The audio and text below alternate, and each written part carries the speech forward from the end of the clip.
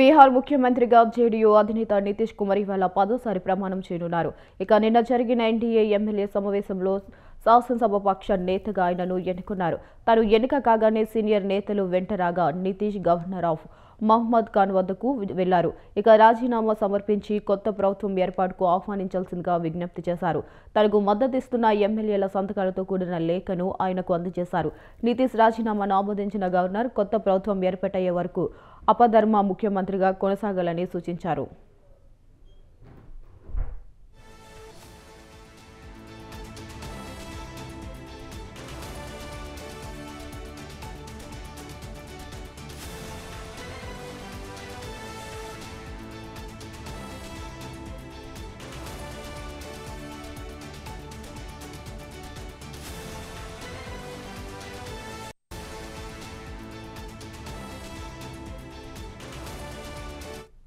ఇవాళ ఉదయం 11 గంటలకు పాట్నాలోని గాంధీ మైదానంలో నితీష్తో పాటు మంత్రులు ప్రమాణ స్వీకారం చేయనున్నారు.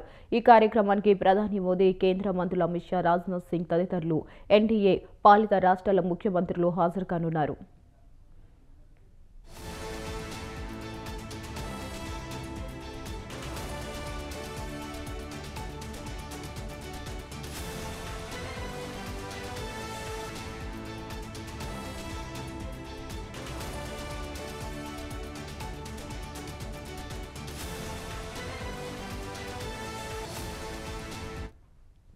బీహార్ భాజపా శాసనసభ పక్ష నేతగా మాజీ డిప్యూటీ సీఎం సామ్రాట్ చౌదరి, శాసనసభ పక్ష ఉప నేతగా విజయ్ కుమార్ సిన్హా ఎన్నికైనట్లు పార్టీ ఎన్నికల పరిశీలకుడు కేశవ్ ప్రసాద్ మౌర్య తెలిపారు.